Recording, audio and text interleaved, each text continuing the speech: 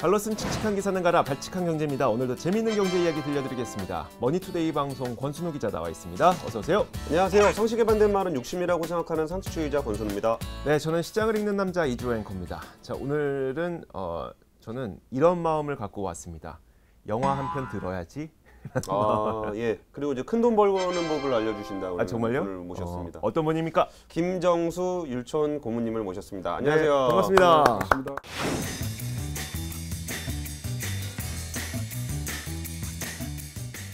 네, 김 고문님은 그 한국거래소 있잖아요. 네. 주식이 거래되는 한국거래소에서 한 27년간 근무를 하시고 어디에서 근무하셨어요? 최종적으로는 시장감시위원회라고 작전 세력들을 잡아내는 위원회가 있어요. 거기에 임원까지 하신 다음에 네네. 야 이제 거래소 차원에서는 안 되겠다, 이 법적으로 잡아야 되겠다 하는 차원에서 뭐 잡으러 가신 건 아니고 로펌에서 그 주가 조작 사례에 대한 법률적인 연구를 네네. 같이 하시면서 네. 그 다양한 사례들을 조사하시고 거기에 대한 법과 제도를 정비하는 그런 업무를 지금 하고 계세요. 네. 그러다가 이제 블랙 엣지라는 책을 내셨는데 블랙 엣지에 대한 그 간단한 소개는 부모님께서 직접 해주시면 좋을 것 같아요. 예, 본격적인 이야기에 앞서. 예. 제가 거래소에서 27년 근무하면서 이제 불공정 거래 규제 업무를 좀 오래 했어요. 네. 보니까 계산해 보니까 한 17년 정도. 그래서 이제 내부자 거래나 뭐 주가 조작 네. 그쪽 일들을 좀 본의 아니게 그래서 업무상 많이 하게 됐고요. 특히 이제 내부자 거래가 굉장히 재미있습니다. 왜냐하면 이제 주가 조작하고는 다르게 네. 주로 사회 어떤 그 포스트 클래스라 그럴까? 그렇죠. 명망 급이, 있는, 네. 급이 높은 네네. 정말 명망 있는 사람들이 상당히 많이 걸립니다. 그러니까 우리나라 같은 경우도 지난번에 한진해운의 최은영 회장이라든지 그렇죠, 이런 분들이 그렇죠. 내부자고, 네, 네. 그러니까 내부자 말 그대로 네네. 내부자가 될 수 있는 그 로얄 패밀리 안에 들어가야만 알 수 있는 얘기니까요. 그래서 제가 특히 미국의 내부자 거래 사건들이 네. 굉장히 사건 자체가 크고 또 법리적으로 논쟁이 굉장히 많아요. 네. 그래서 그 사건이 굉장히 재밌습니다.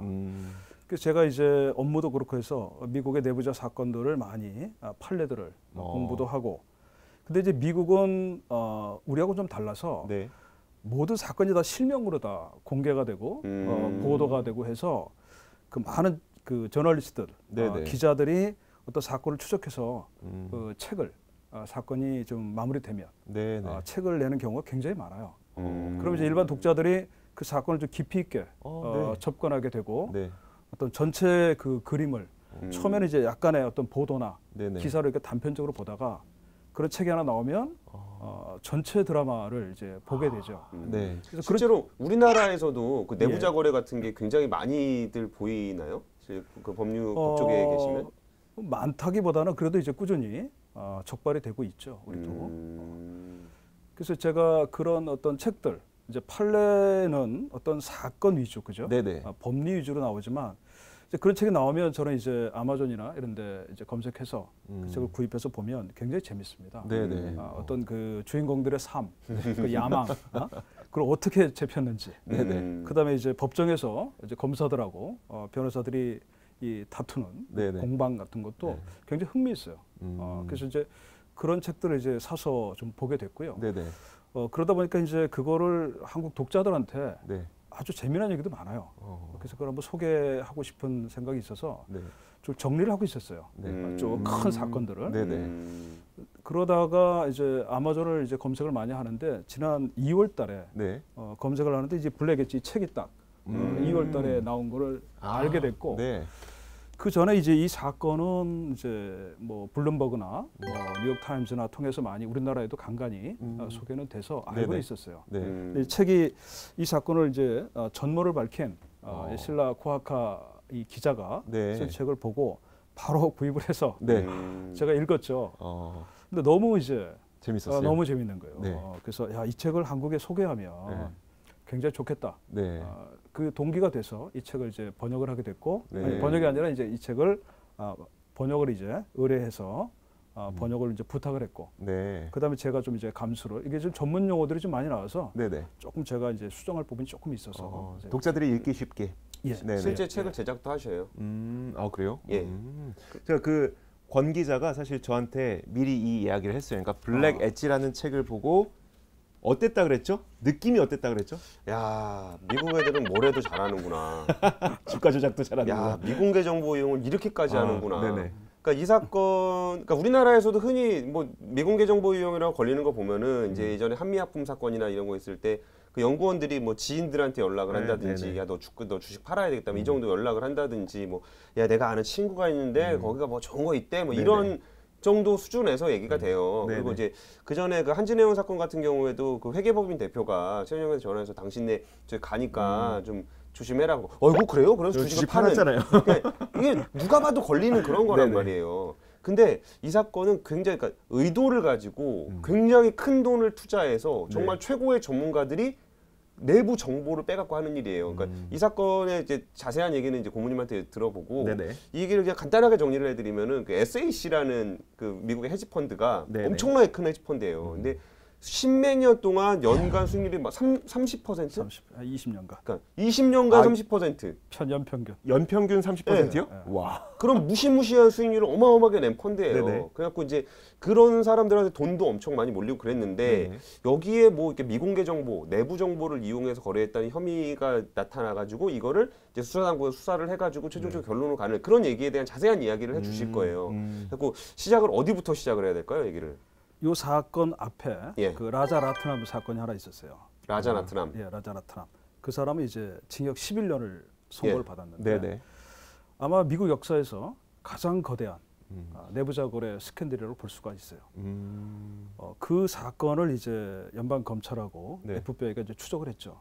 어떤 사건인지 좀 소개 좀 해주세요. 한 10년을 추적했죠. 거기도 이제 헤지펀드 매니저입니다. 헤지펀드 매니저인데 그 사람은 이제 스리랑카 사람이에요. 그러니까 스리랑카. 스리랑카. 그러니까 이제 인도 쪽 계죠. 그래서 이제 인도 사람들이 미국에 엄청나게 진출했지 않습니까? 그렇죠. 그들이 굉장히 성공을 많이 했어요. 머리도 굉장히 우수하고. 그래서 이제 그 자기가 월가에서 성공했던 야망을 가지고 이제 그 미국에 성공한 주로 그 인도계 사람들 또는 자기 대학 이제 뭐 명문대 학교가 여기는 와튼 스쿨. 그렇죠. 최소한 와튼입니다. 최소한 와튼. 그 동창들이 잘 나가지 않겠어요? 네네. 걔들을 이제 내부자 이 망으로 조직해서 정보를 빼내고 돈을 주고 그러면서 이제 이 헤지펀드를 키웁니다. 막강한 헤지펀드를 이제 키우죠. 그래서 이제 돈을 무지무지 벌어요, 걔도. 어마어마하게 봅니다. 그래서 아마 잘 나갈 때는 세계 랭킹 7위까지 올라갑니다. 헤지펀드 랭킹에서. 그다음에 미국의 250대 부자에 올라갈 정도로 그렇게 이제 성공을 하죠. 근데 이제 이건희 회장보다는 부자겠네요. 금액은 제가 잘 비교를 안 해봐서 모르겠는데요. 아무튼 이제 냄새가 나요. 냄새가 나서 제보도 많이 들어가고. 그래서 결국 이제 SEC하고 FBI 연방 검찰이 추적을 하게 됩니다. 도청까지 처음 내부자가 역사에서 처음으로 도청을 하게 돼서 걔를 이제 결국 잡아요. 잡는데 워낙 그 망이 커서 한 100명이 기소가 됩니다. 어마어마한 거죠. 나중에 잡았을 적에. 그러니까 몇 마디 해주면 돈을 막 계속 주니까 한 총력이 있으면 이렇게 주는 거죠. 그 미국에 잘 나가는 사람들 한 100명 정도 기소가 되고 거의 유죄 판결을 받아요. 그 수사 과정에서 이제 여기 이 주인공 이 스티븐 코언하고 여기 이제 헤지펀드 SAC 스티븐 코언이 오늘의 주인공입니다. 이 사람 스티븐 코언 이 사람이 주인공인데 그 밑에 있는 이제 펀드 매니저들이 이제 그 망에 걸리기 시작해요. 라자 라트남 갤리언 펀드를 조사하는데 거기 많은 정보가 오고 가고 가담이 되는데 이 이제 SAC 캐피탈에 이제 스티븐 코언의 이제 휘하 펀드 매니저들이죠. 걔들도 이제 올라오고 있는 거예요. 그러니까 그런 거죠. 이게 전문가 그룹이 라자 라트남한테 내부 정보를 주는데, 그러니까 전문가 그룹이라는 게 다 내부자예요. 기업에 이제 좋은 회사 임원들 이런 사람이 자기 회사에서 의사 결정을 하고 나면 예를 들어서 얘네랑 계약서를 써야 되겠다. 계약서 쓰고 나면 전화해가지고 야, 나 이거 계약했다. 이렇게 하면은 뭐 매월 돈을 받거나 이런 식으로 하는데 그런 사람이 꼭 라자 라트남에게만 정보를 줬을까? 그렇죠. 아니죠. 그쪽이 이제 다 아까 와튼이라든가 뭐 친구들끼리 또 이제 그 물에서 같이 노니까 다 가까운 사람들이죠. 그러니까 정보가 타고 흐르는 거죠. 그리고 얘를 잡으려고 하다 보니까 얘가 얘한테도 좋네. 뭐 얘가 계속 나오는 거예요. SAC가 계속 나오는 거예요. 그래서 이제 이제 FBI가 수사망을 야, 이쪽도 옮겨가게 되는 거죠. 처음으로 라자 라트남 사건을 시작을 해서 거기를 거의 일망타진하면서 더 큰 또 다른 상호가 있구나 월가에. 그러면서 이제 수사를 또 다시 방향으로 전환하면서 다시 전력을 이제 이 코언하고 SAC 캐피탈을 추적을 하게 되는 거죠. 그게 이제 시작이었습니다. 그래가지고 결국은 이제 그 처음에 물꼬를 틀 때 이제 코온을 딱 바로 그러니까 대작을 바로 잡을 수는 없잖아요. 그 매니저들부터 잡기 시작했다 그렇죠. 그랬잖아요. 그러니까 밑에부터 잡죠. 어떤 거래가 있었어요? 주요한 거래로? 가장 큰 사건은 이제 알츠하이머를 치료하는 네. 약입니다. 네. 이제 그 약 이름이 이제 바피를 이제 개발을 하는데 네. 이제 엘란하고 네. 와이어스라는 두 회사가 그거를 이제 개발을 합니다. 네. 근데 이제 이 펀드 SAC 캐피탈에 이 제약 쪽 담당하는 이제 펀드 매니저들이 여러 명 있었는데 네. 네. 그 사건의 주인공이 이제 마토마예요. 네. 매튜 마토마인데 네. 이 사람이 이제 SAC 캐피탈에 들어가면서 자기가 실적을 내야 되잖아요. 네. 내야 되는데 이 사람이 알츠하이머에 대해서 관심이 많았어요. 네. 그리고 이제 마침 그 엘란과 와이어스 회사가 알츠하이머 약을 신약을 엄청난 돈을 투자해서 개발을 하고 있었어요. 알츠하이머는 완전히 치료하는 치료, 약. 알츠하이머를 치료하는. 네네. 그러니까 미국에서 아마 1년에 500만 명 정도가 알츠하이머로 고생을 하고 있어요. 참고로 지금도 치료제는 없는 없죠. 상황. 네. 지금도 지금도 없죠. 없는 상황인데. 여기서도 저는 뭐를 느꼈냐면은 한국에도 바이오주가 있고 뭐 네. 일상 이상 얘기가 있잖아요. 네. 근데 우리는 이게 이상이 된다고 해서 진짜 어마어마한 돈을 벌 거라는 생각은 잘 안 해요.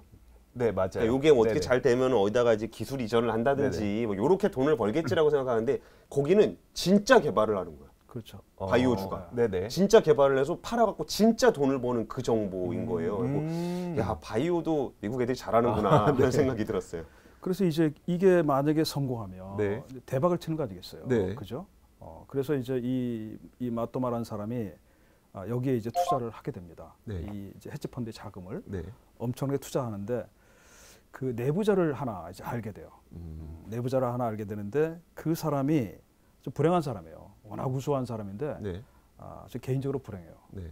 그 아들이 예. 둘이 있었는데 이제 아들이 이제 큰 아이가 이제 게이였어요. 예. 네. 그래서 아버지하고 굉장히 이제 사이가 안 좋아졌어요.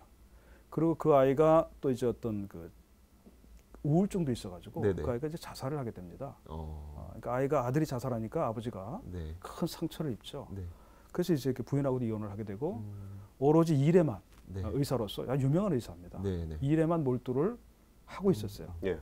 그러다가 이제 이 마토마가 접촉을 하게 되죠. 아들처럼. 아들처럼 이제 양아들처럼 걔를 정말 그렇게 대했어요. 자기 큰 아들이 생각이 나는 거예요. 그 우연찮게 만나게 된 그렇죠. 거예요? 우연찮게 만났죠. 의도적 접근? 아니죠. 우연찮게 만났죠. 네. 얘는 정보를 지금 알츠하이머가 그 병 치료가 그 엘란과 와이어스에서 진행이 되고 있는데 의사들이 많이 투입됐죠. 아, 예. 예, 그 약을 개발하는데. 네네. 근데 이제 그 사람들하고는 접촉을 할 수는 있어요. 네. 할 수는 있지만 중요 정보를 주면 안 되는 거죠. 그렇죠. 그죠? 네. 그 다 약조를 하고 서약을 다 한 사람들입니다. 그 당연히 그 교수가 이제 길먼 박사예요. 네. 길먼이 굉장히 중요한 인물이었어요. 네. 근데 이제 길먼이 이제 통화를 하니까 이제 오케이 받아서 이야기를 해줬어요. 마토마한테 네. 돈을 주고 컨설팅 해주는 거죠. 예. 다만 이제 미공개 정보는 그건 이제 못 준다. 네네. 약조를 그러니까 내가 하고 당연히 교수님, 예. 의사니까 교수님, 그렇죠. 예. 제가 알츠하이머에 좀 관심이 많은 그 사람인데요. 뭐 좀 알츠하이머 뭔지 좀 얘기 좀 해주세요. 근데 그리고 이제 아들처럼 자기 아들은 자기 일에 관심도 없었는데, 네네. 와 아빠 진짜 이런 것까지 했어요? 막 이러면서 와 진짜 짱이네요. 막 이렇게 해주니까 막 너무 좋은 거야. 그렇죠. 근데 그리고서 아유 진짜 말씀해 주시면 너무 고마워서 이렇게 용돈 쓰세요. 그러면서 이제 아들처럼 막 용돈. 그렇죠. 어. 그러니까 아무튼간에 이제 너무 살갑게 되어. 그 회사 사람은 아니잖아요 일단. 아니죠. 예, 예. 의사. 예, 예. 의사죠. 네. 미시간 대학의 의사인데 항상 뭐 이렇게 존경한다고 표시하고 뭐 어떻게 건강이 어떠시냐 항상 뭐 아빠 같이 네. 그렇게 이제 접근한 거죠. 네. 거기에 이제 이 길먼 박사가 마음이 무너져서 네네. 내부 정보를 결국 주게 되고 마토마는 확실한 정보를 갖고 있는 거 아니에요. 네. 그죠? 네. 그러니까 어마어마한 베팅을 할 수 있는 거죠. 네. 그래서 결국은 이제 자기 돈하고 네. 이제 헤지 펀드 자기가 관리하는 자기 네네. 돈하고 그 이제 SAC 캐피탈 돈, 네. 스티븐 코온 돈 펀드들이 이제 들어가게 됩니다. 같이 네. 7천억 원 정도 네네. 들어갑니다. 7억 달러 정도. 예. 7억 달러. 그러니까 확실하다고 보는 거죠. 네네. 확실한 정보원이 내부에 있다고 보는 거죠. 그런데 이제 그 임상 실험, 2차 임상 실험을 이제 발표하기로 했습니다. 시카고에서. 네. 근데 이제 그 길먼 박사가 이 사람도 이제 어떤 한 부분밖에 몰랐어요. 자기가 맡은 게 안전성 쪽에 네. 약의 안전성만 맡았는데 그날 이 약간의 실패입니다. 일단 그 개발은. 네네. 근데 이 발표를 해야 되는데 그 발표를 이제 길먼 박사한테 부탁을 했죠. 네. 이 사람이 워낙 권위가 있으니까. 그 외부 전문가예요. 외부 전문가. 외부 전문가입니다. 네, 네. 미시간대 신경과 과장이고 교수고. 그래서 이제 그 사람이 이제 엘란의 회사로 본사로 이동해서 전 과정을 다 알게 된 거죠. 이제는 네. 안전성 부분만 자기가 네. 책임을 지고 있었는데 이제 발표를 해야 되니까 파워포인트를 이제 만들어야 되고 네네. 또 회사에서 만든 걸 자기가 발표를 해야 되니까 같이 파워포인트도 만들고 전 과정을 알게 된 거죠. 네. 그게 한 열흘 전이에요. 발표 전 발표 열흘 열흘 전. 전. 예. 그리고 다시 보고 네. 자기 이제 미시간으로 돌아왔죠. 네. 돌아와서 이제 회사에서는 절대로 몇 번도 안 집어냈어요. 박사님 다른 이거 사람- 누구한테도 주면 안 됩니다. 네네. 네. 신신당부한 거죠. 네. 뭐 당연히 알겠다 했는데 돌아와서 바로 맞돔한테 전화를 했어요. 이메일을 보냈어요. 일요일 날 이제 코어한테 전화를 합니다. 네. 아침에. 대장한테 네, 보스한테. 대장한테 보고해야 되잖아요. 네네. 긴급하다, 중요하다. 네. 이메일 딱 보내고 통화할 전화번호 알려달라. 그래서 다시 20분 통화합니다. 아침에. 네. 그리고 그다음에 월요일부터 매도가 나가는데 매도도 이게 엄청나죠. 7천억은 엄청나잖아요. 그러니까요. 그죠? 네. 이게 시장 소문 나잖아요. 네. 그러니까 이게 다크풀로 누구도 모르게 완벽하게 비밀로 팝니다. 그러니까 우리나라에는 다크풀이 없는데 다크풀에 대해서 좀 소개를 해주세요. 다크풀은 이제 보통 이제 우리가 증권거래소를 통해서 거래를 하지 않습니까? 네네. 그러면 모든 호가가 공개가 되고 네네. 매도 매수가 다 나오잖아요. 네네. 근데 다크풀은 일단 익명성이 보장이 되기 때문에 네. 여러 종류의 다크풀이 있지만 일단 기본적으로는 그날 종가 네. 제가 오늘 매도나 매수를 주문을 내놓잖아요. 네네. 체결되지 않고 네. 기다리고 있다가 그날의 종가로 한 번에 다 처리가 되든가 또는 이제 그날의 어떤 그 중간 가격, 네네. 가중 가격으로 체결이 되든 누구도 이제 가격이 몰라요. 체결 그리고 가격이 가격에 그 영향을 미치지 않고. 미치지 않죠. 그러다 보니까 잠깐 사람들은 그렇게 빠져나갔는지도 모르겠네요. 그렇죠. 네. 이제 그게 이제 또 하나의 어떤 매도 방법인데 그러니까 우리나라에서는 뭐 블록딜 정도가 좀 비슷하긴 한데 비슷하죠. 시간의 거래나 아니면 예, 그런 류인데 우리나라에는 아직 다크풀 제도는 없습니다. 예. 그렇게 해서 이제 7천억을 다 매도를 다 하고요. 네. 거기다 이제 또 이게 빠질 거 아니겠어요? 네네. 왜냐하면 다들 이제 신약이 성공할 거라고 기대를 하고 있었는데 그렇죠. 이게 실패다라고 판단되면 네. 주가가 무너지지 않겠어요? 네. 자, 그러니까 일단 내가 보유 물량을 다 팔고 네. 공매도를 또 치는 거죠. 공매도를 2,300억을 쳐요. 거기다. 와, 네. 그러니까 그러니까 1조가 이제 넘는 그러니까 거의 거의 1조 가까이 되는 1조 거죠. 가까이 되죠. 거의 포지션을 완전히 바꾸는 거죠. 네네. 그죠? 뭐 그렇게 됩니다. 이제 어떻게 그러면은 이제 수사망이 좁혀 들어가게 됐는지 일단 그 전화를 해서 매도하고 그리고 그 전에 내부자를 확보해서 매수를 하고 그 다음에 전화해서 매도까지 들어가는 그걸 봤어요. 예. 그러면은 어떻게 잡아 들어가기 시작해요? 어떻게 증거를 확보하기 시작해서 어떤 식으로 예, 거기까지 수사당국의 올라가게 행보. 돼요? 네, 네네. 그거는 이제 우리나라도 비슷해요. 네. 이제 보통 이제 우리나라 이제 금융 뭐 감독원, 네네. 금융위원회, 이제 검찰, 남부지검 네. 거기도 다 비슷합니다. 네. 어떻게 보통 내부자 거래 조사가 시작이 되냐면 큰 어떤 공시가 있어서 네. 회사의 발표가 있어서 주가가 급등하든가 네. 또는 이제 급락을 하면 그 전에 누군가가 그 정보를 이용해서 거래를 했을 개연성이 있지 않겠어요? 예. 네네. 그러면 이제 한국거래소에서 우리나라 이제 한국거래소에서 그 공시가 나기 전에 트레이딩에 대한 데이터들을 쭉 보게 되죠. 네네. 예. 그런데 이제 어떤 계좌에서 이제 이 바피 케이스라면 주가가 빠졌으니까 네. 매도를 했다든가 네네. 큰 물량이 매도를 했다든가 그러면 이 계좌가 이 정보를 알고 매도했지 않았을까라는 네. 이제 어떤 추정을 하게 되죠. 네네. 그러면서 그 계좌를 조사하게 돼. 그 계좌의 주인 그리고 이제 그 사람이 왜 매도를 했는지 언제 매수해서 언제까지 갖고 있었는지를 네네. 조사하다 보면 이게 사실 트레이딩이라는 돈이라는 게 꼬리가 항상 있다고 그러잖아요. 그렇죠. 트레이딩도 마찬가지입니다. 네네. 우연히 뭐 내가 사고 싶어 샀다, 팔고 싶어 샀다는 건 이제 그건 말이 안 되겠죠. 그래서 그렇게 이제 조사를 하다 보면 이제 맞도마가 네. 그 통화 기록 이걸 다 뒤지다 보면 어떤 그게 이제 그 추정이 현실로 얘는 내부 정보를 이용했구나. 그다음에 내부자는 누구다. 미시간의 길먼이다. 네. 통화 기록. 네. 길먼은 어떤 위치에 있었고 언제 어떻게 줬는지. 이제 그게 다 이제 조사 들어가면 하나하나 나오게 되는 거죠.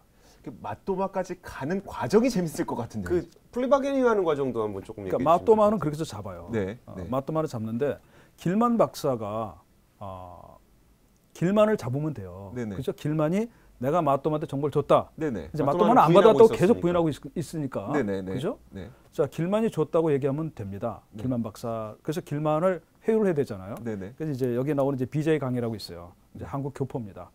유명한 FBI 수사관인데 네. 그 BJ 강이 이제 한류. 길만 박사를 회유하기 위해서 네. 미시간을 방문을 하죠. 네. 그래서 이제 거짓말을 해요. 길만 박사한테 당신이 맛돔하고 정보를 주는 모든 통화 내역이 다 녹음됐다. 녹음을 다 갖고 있다. 네.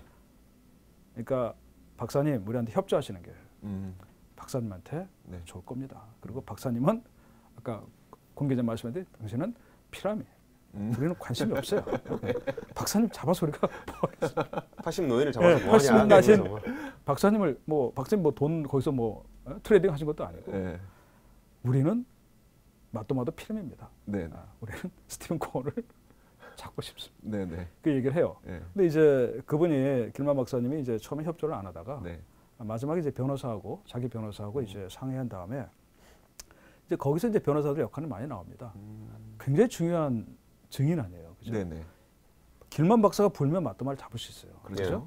맞도마를 잡으면 코어를 잡을 수 있어요. 있잖아요, 네. 그렇죠? 그러니까 일단 길만 박사 너무나 중요한 증인인 거예요. 네. 그러니까 이제 변호사가 딱 얘기를 하는 거죠. 이제 불기소 처분이라고 있어요. 네, 네. 아무런 혐의 없이 끝나는 네, 네. 예. 그걸 해주면 네.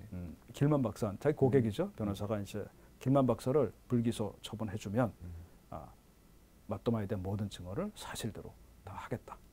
그렇게 이제 프리바게닝을 하고 네. 그래서 이제